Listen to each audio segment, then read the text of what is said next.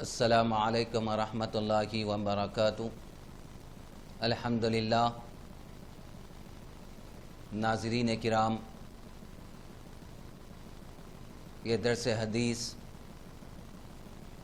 کا سلسلہ چل رہا ہے۔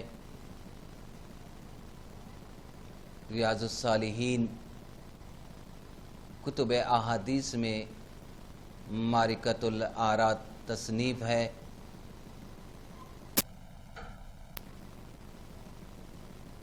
یہ ناظرین کے لیے جامعہ انواریہ حیدرآباد، دکن اور نشاء اسلامک کے ذریعے پیش کیا جا رہا ہے۔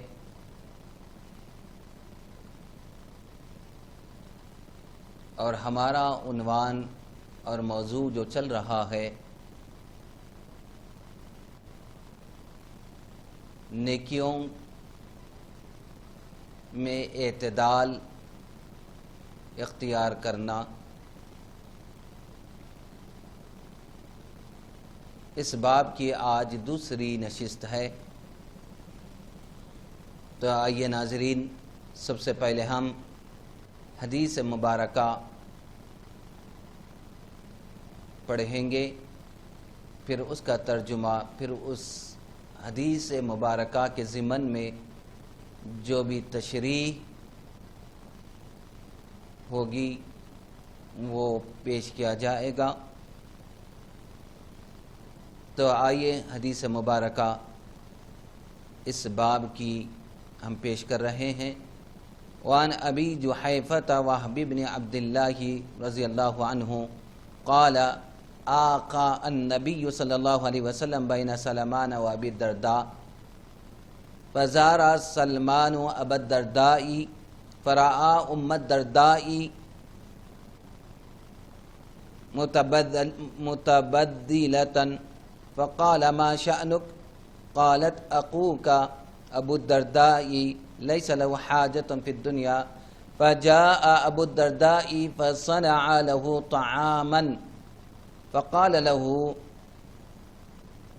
قل فإني صائم قال ما أنا بآكل حتى تأكل فأكل فلما كان الليل ذهب أبو الدرداء يقوم فقال له نم فنام ثم ذهب يقوم فقال له نم فلما كان من آخر الليل قال سلمان قم الآن فصليا جميعا فقال له سلمان إن لربك عليك حقا وإن لنفسك عليك حقا ولأهلك حقا ولأهلك عليك حقا فأعط كل ذي حق حقه فأتى النبي صلى الله عليه وسلم فذكر ذلك له فقال النبي صلى الله عليه وسلم صدق سلمان رواه البخاری۔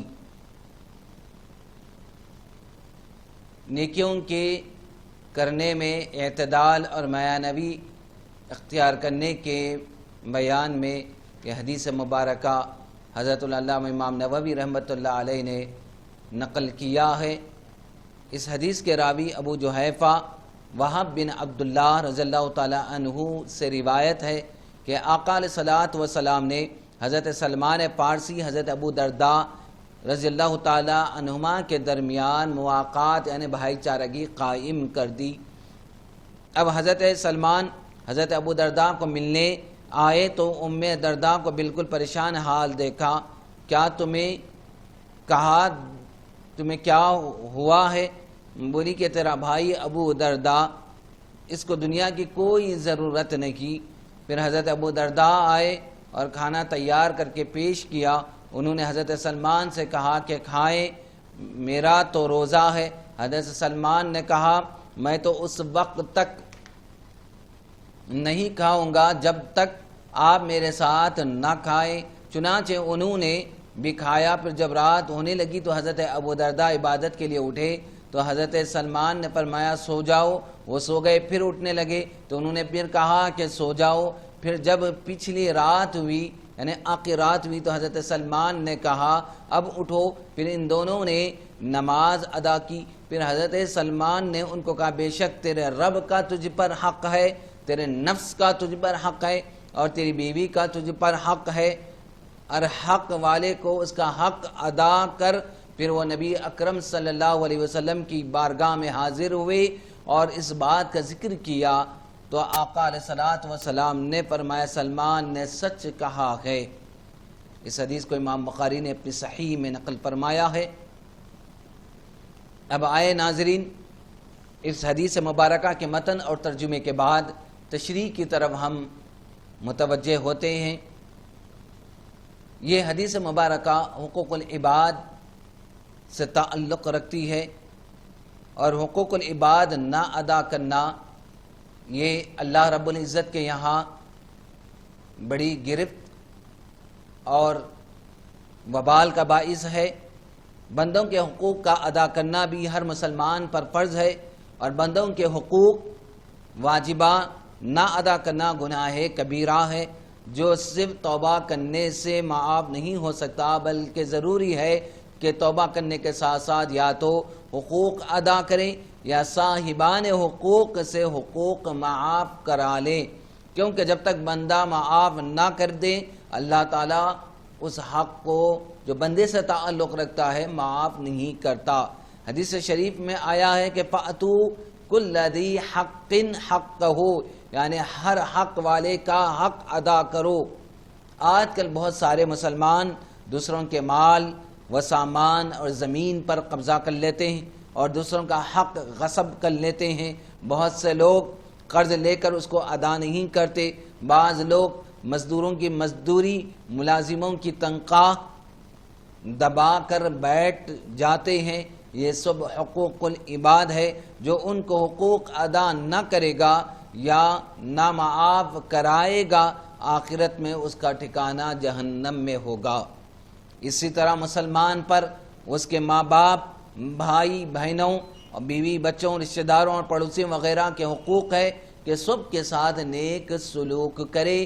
ان لوگوں کے حقوق کو نہ ادا کرے گا تو قیامت کے دن حقوق العباد میں ماقوت اور عذاب جہنم میں گرفتار ہوگا۔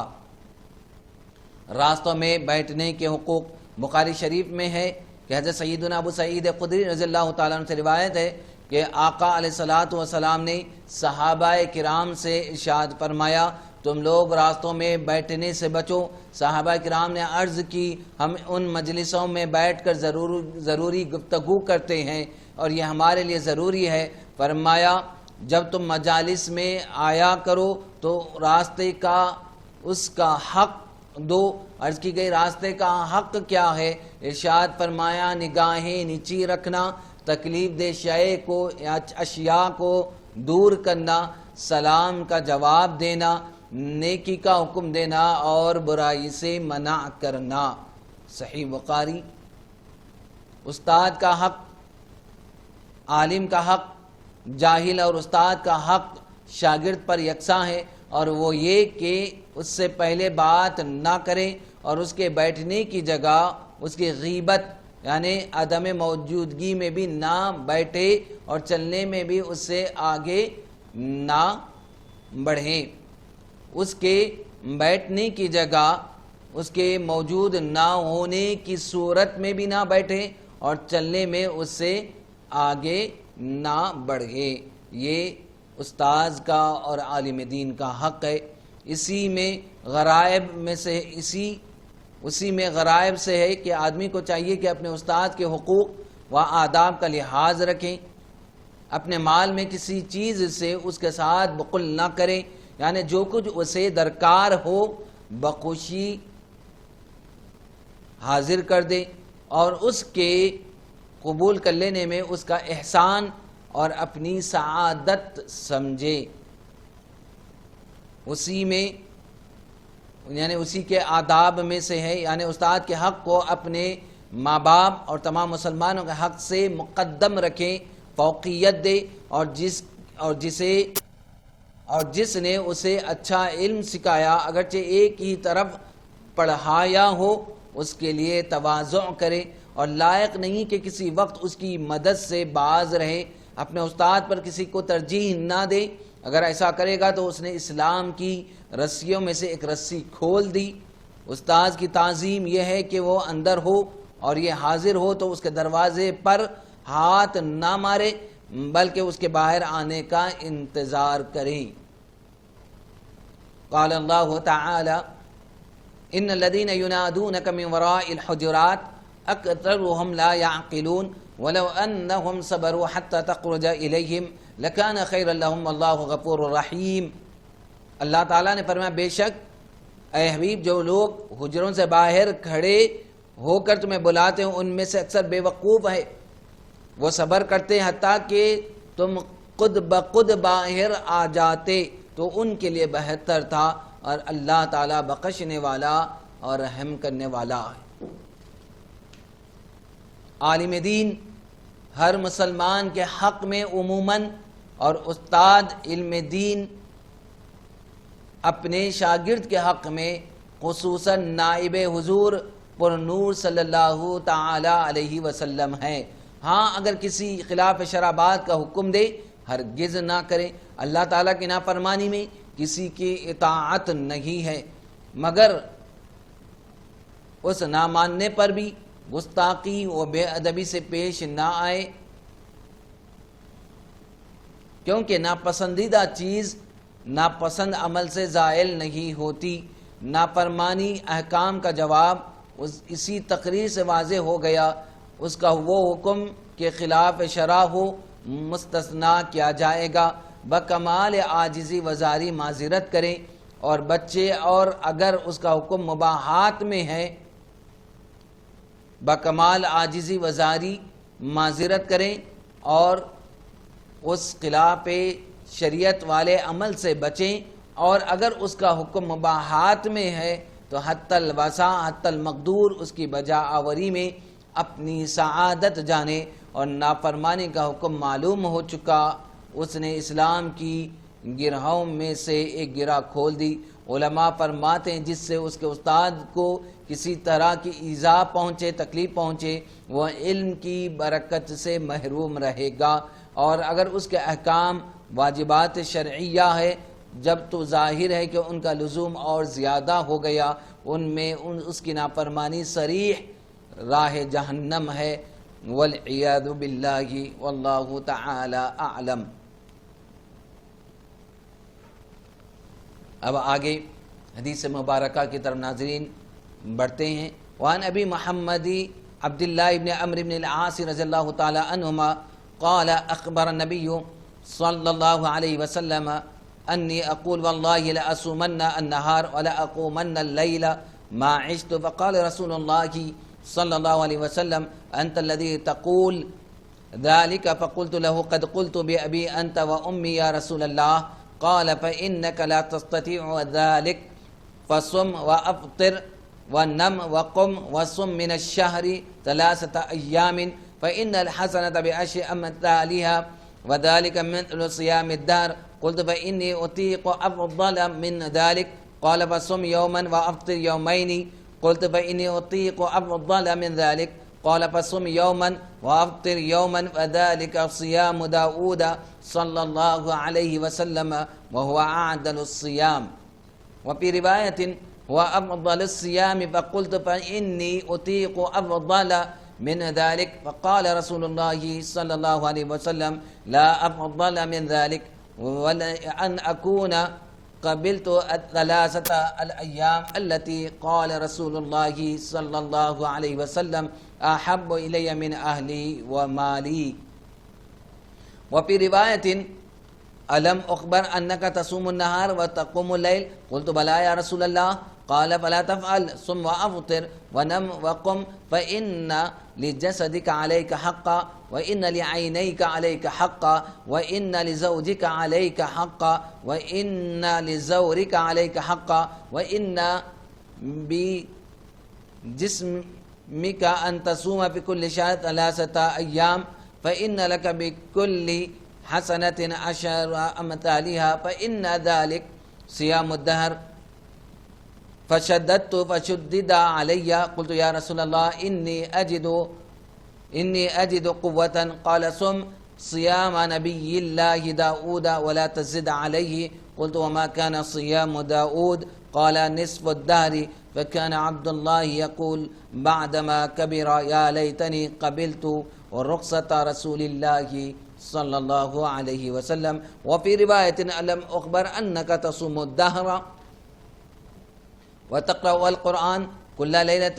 فقلت بلى يا رسول الله ولم أريد بذلك إلا الخير. قال فصم صوم نبي الله داود فإنه كان أعبد الناس وأقرأ القرآن في كل شهر. قلت يا نبي الله إني أطيق أفضل من ذلك. قال فاقرأه في كل 20. قلت يا نبي الله إني أطيق أفضل من ذلك. قال فاقرأه في كل 10. قلت يا نبي الله إني أطيق أفضل من ذلك. قال فاقرأه في كل 7 ولا تزد على ذلك. فشددت فشدد علي. وقال لي النبي صلى الله عليه وسلم إنك لا تدري لعلك يطول بك عمر. قال فصرت إلى الذي قال لي النبي صلى الله عليه وسلم فلما كبرت وددت أني كنت قبلت رخصة نبي الله صلى الله عليه وسلم. وفي رواية وإن لولدك عليك حقا. وفي رواية لا صام من صام الأبد ثلاثا. وفي رواية أحب الصيام إلى الله تعالى صيام داود وأحب الصلاة إلى الله تعالى صلاة داود. كان ينام نصف الليل ويقوم ثلثه وينام سدسه. وكان يصوم يوما ويفطر يوما ولا يقرأ ولا يفر إذا لاقى. یہ طویل روایتیں جو مختلف روایتوں کے ساتھ اور مختلف الفاظ کے ساتھ یہ طویل حدیث مبارکہ امام نووی رحمۃ اللہ علیہ نے اعمال اور نیکیوں میں معین روی اور اعتدال کے بیان میں نقل فرمایا ہے. آئیں اب اس کا ترجمہ سماعت کیجیے. حضرت ابو محمد عبداللہ بن عمرو بن عاص رضی اللہ تعالیٰ عنہ سے روایت ہے کہ آقا علیہ الصلوۃ والسلام سے میرے متعلق عرض کیا گیا کہ میں کہتا ہوں کہ اللہ کی قسم میں تاحیات روزہ رکھوں گا اور ہر رات قیام کروں گا. رسول اللہ صلی اللہ علیہ وسلم نے مجھے فرمایا تم نے یہ باتیں کی ہے؟ میں نے عرض کیا ہاں یا رسول اللہ صلی اللہ علیہ وسلم، آپ پر میرے ماں باپ آپ پر قربان، میں نے یہ باتیں کی ہیں. فرمایا تم ان کی طاقت نہ رکھ سکو گے، اس لیے تم کبھی روزہ رکھو، کبھی افطار کر لیا کرو، رات کا کچھ حصہ سو جایا کرو، کچھ حصہ قیام کر لیا کرو، اور ہر مہینے میں 3 دن روزہ رکھا کرو، کیونکہ ہر نیکی 10 گنا ہوتی ہے. تو یہ روزے ہمیشہ کے روزے کی طرح ہوں گے. میں نے عرض کیا میں اس سے افضل کی طاقت رکھتا ہوں. فرمایا 1 دن روزہ رکھ اور 2 دن افطار کرو. میں نے عرض کیا میں اس سے بہتر کی استطاعت رکھتا ہوں. تو آپ صلی اللہ علیہ وسلم نے فرمایا 1 دن روزہ رکھ لو اور 1 دن افطار کرو. یہ حضرت داؤد علیہ السلام کا روزہ ہے اور یہ روزوں میں زیادہ فضیلت والا ہے. اور ایک روایت میں ہے میں نے عرض کیا میں اس سے زیادہ فضیلت کی طاقت رکھتا ہوں. تو حضور صلی اللہ علیہ وسلم نے فرمایا اس سے افضل کوئی طریقہ نہیں. حضرت عبداللہ کہتے ہیں کہ کاش میں وہی 3 دن کے روزے قبول کر لیتا جو مجھے آقا علیہ الصلوۃ والسلام نے فرمائے تھے. رسول اللہ صلی اللہ علیہ وسلم نے فرمایا وہ میرے لیے میرے اہل و عیال اور مال سے عزیز تر ہوتا. اور ایک روایت میں ہے کہ آقا علیہ الصلوۃ والسلام نے فرمایا کہ مجھے یہ نہیں بتایا گیا کہ تم ہر دن روزہ رکھتے ہو اور ساری شب ساری رات نفل پڑھتے ہو. میں نے عرض کیا کیوں نہیں یا رسول اللہ صلی اللہ علیہ وسلم؟ پھر فرمایا ایسا نہ کرو، روزہ رکھو اور ناغا کر لیا کرو، کچھ سو لیا کرو اور کچھ قیام کیا کرو، کیونکہ تجھ پر تیرے جسم کا بھی حق ہے، تیری آنکھ کا تجھ پر حق ہے، تیری بیوی کا تجھ پر حق ہے، تیرے مہمان کا تجھ پر حق ہے. تمہارے لیے یہی کافی ہے کہ ہر ماہ میں 3 دن روزے رکھو، کیونکہ ہر نیکی کا بدلہ 10 گنا ملتا ہے. تو یہ ہمیشہ کے روزے کے ثواب بنے گا. میں نے سختی کی تو مجھ پر سختی کی گئی. میں نے عرض کیا یا رسول اللہ مجھ میں زیادہ کی قوت ہے. تو آپ نے فرمایا اللہ کے نبی داؤد علیہ السلام کے مثل روزے رکھو، اس پر زیادہ نہ کرو.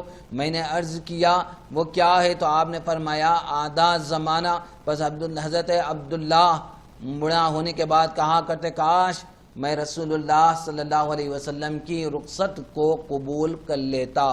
اور ایک روایت میں کہ آپ صلی اللہ علیہ وسلم نے فرمایا کیا مجھے یہ اطلاع نہیں دی گئی کہ تم ہر روز روزہ رکھتے ہو اور ہر رات قرآن ختم کرتے ہو؟ میں نے عرض کیا کیوں نہیں یا رسول اللہ، میرا اس صاحب صرف اور صرف بھلائی کا ارادہ ہے۔ آپ نے فرمایا تم اللہ کے نبی داؤد علیہ السلام والے روزے رکھو، وہ لوگوں میں اپنے دور میں سب سے زیادہ عبادت گزار تھے، اور قرآن پاک مہینے بھر میں ختم کرو۔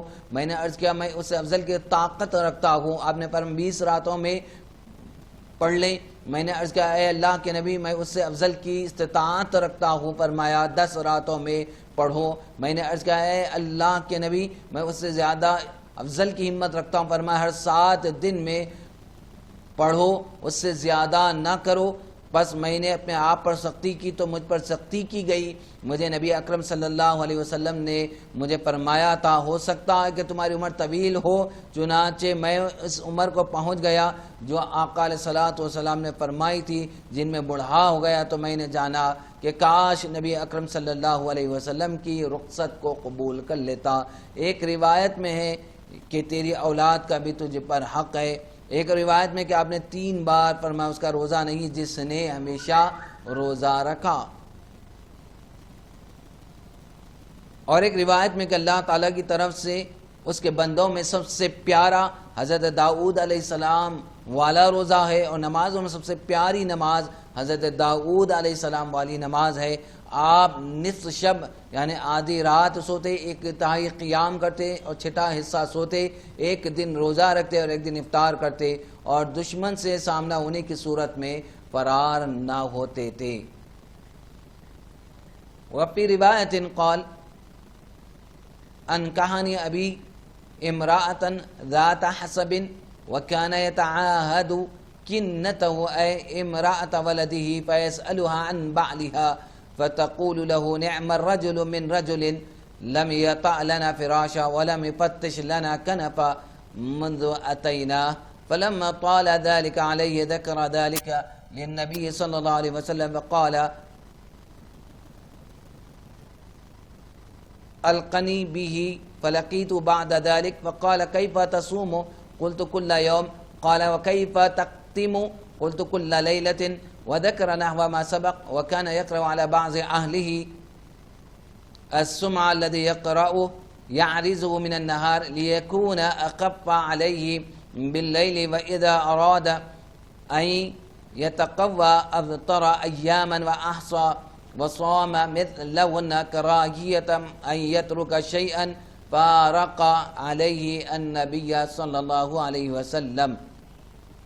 كل هذه روايات صحيحة معظمها في الصحيحين وقليل منها في آحادهما. اور ایک روایت میں اس جیسی حدیث مبارکہ اور اس جیسے معنی میں آئی ہے کہ میرے باپ نے میرا نکاح ایک خاندانی عورت سے کر دیا، اور وہ اپنی بہو کا خیال رکھتے تھے، یعنی اپنے بیٹی کی بیوی کا اس سے اس کے خاوند کے بارے میں پوچھتے تو وہ کہتی کہ وہ اچھے آدمی ہے، جب سے ہم آئے ہیں اس نے ہمارے بستر کو نہیں روندا اور ہمارے پردے کی چیز کو نہیں کریدا۔ جب یہ کافی وقت تک چلا تو میرے والد نے اس کا ذکر نبی اکرم صلی اللہ علیہ وسلم سے کیا۔ آپ نے فرمایا اس کو مجھ سے ملاؤ، میں حاضر خدمت ہوا۔ تو فرمایا کس طرح روزہ رکھتا ہے؟ میں نے عرض کیا ہر روز۔ آپ نے فرمایا کیسے قرآن ختم کرتا ہے؟ میں نے عرض کیا ہر رات، اور پچھلی حدیث کی طرح گفتگو ذکر کی۔ حضرت عبداللہ اپنے گھر والوں میں سے بعض کو قرآن پاک 7واں حصہ دن کو سنا لیتے تاکہ رات کے وقت اس کا پڑھنا ان پر آسان ہو، اور جب قوت حاصل کرنے کا ارادہ ہوتا تو کچھ دن افطار کر لیتے اور گنتی کا خیال رکھتے، پھر اس تعداد کے روزے پورے کر لیتے۔ وہ رسول اللہ صلی اللہ علیہ وسلم کے مثال فرمانے کے بعد کسی عمل کو چھوڑنا پسند نہ کرتے تھے۔ یہ تمام روایات صحیح ہے۔ روایات مذکورہ جتنی روایتیں آئی ہے صحیحین میں ہے، اور بعض صحیحین میں سے صرف ایک میں ہے۔ اب اس احادیث مبارکہ کی تشریح کی طرف ناظرین ہم متوجہ ہوتے ہیں کہ روزے کے اقسام، روزے کی 5 قسمیں ہیں: فرض، واجب، نفل، مکروہ تنزیہی، مکروہ تحریمی، یہ روزے کے احکام ہیں۔ فرض و واجب کی دو قسمیں، معین و غیر معین۔ فرض معین جیسے رمضان کے روزے ہیں، فرض غیر معین جیسے قضائے رمضان کے روزے اور کفارے کے روزے۔ واجب معین جیسے نظر معین، نظر کر لیے تھے، نظر مان لیے تھے، یا واجب غیر معین جیسے نظر مطلق۔ نفل دو قسم کے ہیں، نفل مسنون، نفل مستحب جیسے عاشورہ یعنی 10ویں محرم کا روزہ، اور اس کے ساتھ نبی کا بھی روزہ، اور ہر مہینے میں 13، 14، 15ویں اور عرفے کا روزہ، پیر اور جمعرات کا روزہ، شش عید کے روزے یعنی شوال کے روزے، صوم داؤد علیہ السلام یعنی ایک دن روزہ اور ایک دن افطار۔ یہ نفل اور مستحب روزے ہیں۔ مکروہ تنزیہ جیسے صرف ہفتے کے دن روزہ رکھنا، نیروز مہرگان کے دن روزہ، صوم دہر یعنی ہمیشہ روزہ رکھنا، صوم سکوت یعنی ایسا روزہ جس میں کچھ بات نہ کرے، صوم وصال کے روزہ رکھ کر افطار نہ کرے اور دوسرے دن پھر روزہ رکھے، یہ سب مکروہ تنزیہی ہے۔ مکروہ تحریمی جیسے عید اور ایام تشریق کے روزے، یہ حرام ہے۔ انبیاء علیہ السلام کا روزہ، حضرت سیدنا داؤد علیہ السلام ایک دن چھوڑ کر ایک دن روزہ رکھتے تھے۔ اسی طرح روزے رکھنا صوم داؤدی کہلاتا ہے اور ہمارے لیے افضل ہے، جیسا کہ آقا علیہ الصلوۃ والسلام نے ارشاد فرمایا، افضل روزہ میرے بھائی داؤد علیہ السلام کا روزہ ہے کہ وہ ایک دن روزہ رکھتے اور ایک دن نہ رکھتے اور دشمن کے مقابلے سے فرار نہ ہوتے تھے۔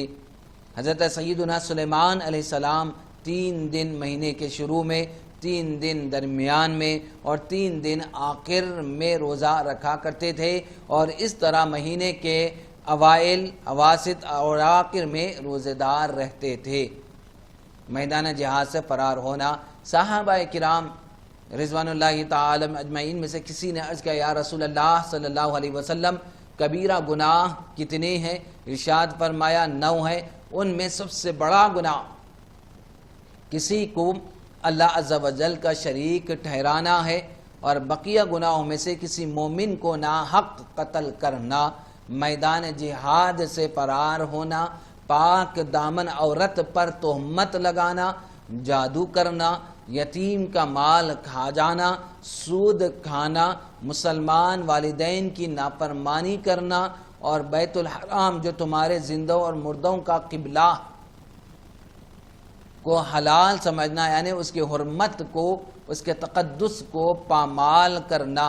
لہذا جو شخص ان کبیرہ گناہوں سے بچتا رہے اور نماز قائم کرے اور زکوٰۃ ادا کرے اور پھر مر جائے تو وہ جنتی محل میں آقا علیہ الصلوۃ والسلام کا رفیق ہوگا، یعنی ساتھی ہوگا، جس کے دروازے سونے کے ہوں گے۔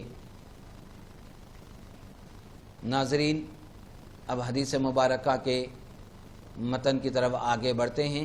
وعن ابی ربعی حنظلۃ بن الربیع الاسیدی الکاتب احد کتاب رسول اللہ صلی اللہ علیہ وسلم قال لقینی ابو بکر رضی اللہ تعالی عنہ فقال کیف انت یا حنظلہ قلت نافق حنظلہ قال سبحان اللہ ما تقول قلت نكون عند رسول الله صلى الله عليه وسلم يذكرنا بالجنة والنار كأن رأى عين فإذا خرجنا من عند الرسول صلى الله عليه وسلم عافسنا الأزواج والأولاد والضيعات نسينا كثيرا قال أبو بكر رضي الله تعالى عنهم فوالله إنا لنلقى مثل هذا فانطلقت أنا وأبو بكر حتى دخلنا على رسول الله صلى الله عليه وسلم فقلت نافق حنظلة يا رسول الله فقال رسول الله صلى الله عليه وسلم وما ذاك قلت يا رسول الله نكون عندك نذكرنا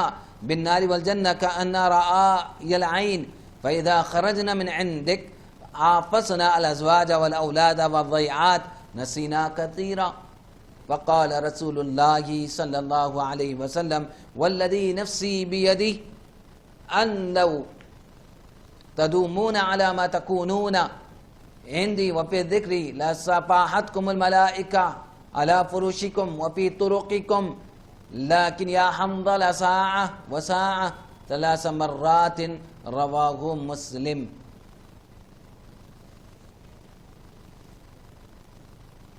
نیکیوں کے باب میں اعتدال اور میانہ روی کے بیان میں یہ حدیث مبارکہ ذکر کی گئی ہے۔ آئیے ناظرین اس کا ترجمہ سماعت کیجیے۔ حضرت ابو ربعی حنظلہ بن ربیع الاسیدی روایت کرتے ہیں، جو آقا علیہ الصلوۃ والسلام کے کاتب وحی لوگوں میں سے ہیں۔ وہ روایت کرتے کہ مجھے حضرت ابو بکر رضی اللہ تعالیٰ عنہ ملے، فرمایا حنظلہ کیا حال ہے؟ میں نے کہا حنظلہ منافق ہو گیا ہے، حنظلہ منافق ہو گیا۔ حضرت صدیق رضی اللہ تعالیٰ نے فرمایا سبحان اللہ، کیا کہتے ہو؟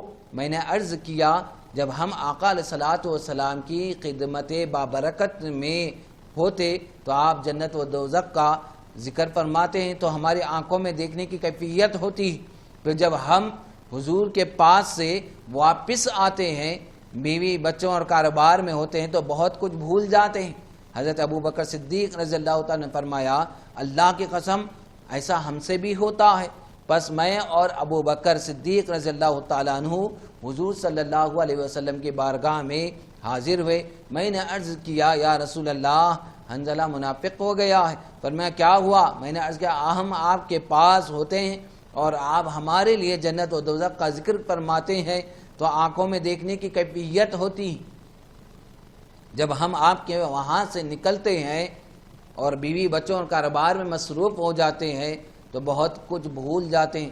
تو آقا علیہ الصلوۃ والسلام نے فرمایا اس ذات کی قسم جس کے قبضہ قدرت میری جان ہے، اگر تم ہمیشہ اسی حالت میں رہو جس حالت پر تم میرے پاس ہوتے ہو اور ذکر میں رہو تو فرشتے تم سے تمہارے بستروں میں اور راستوں میں مصافحہ کریں، لیکن اے حنظلہ گھڑی گھڑی کی بات ہوتی ہے۔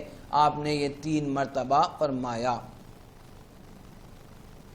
اب آئے اس حدیث مبارکہ کی تشریح، حضرت علامہ مفتی احمد یار خان نعیمی رحمۃ اللہ علیہ اس حدیث کے تحت لکھتے ہیں حضرت حنظلہ فرماتے میری حالت منافقوں کی سی ہو گئی کہ اس میں یکسانیت نہیں۔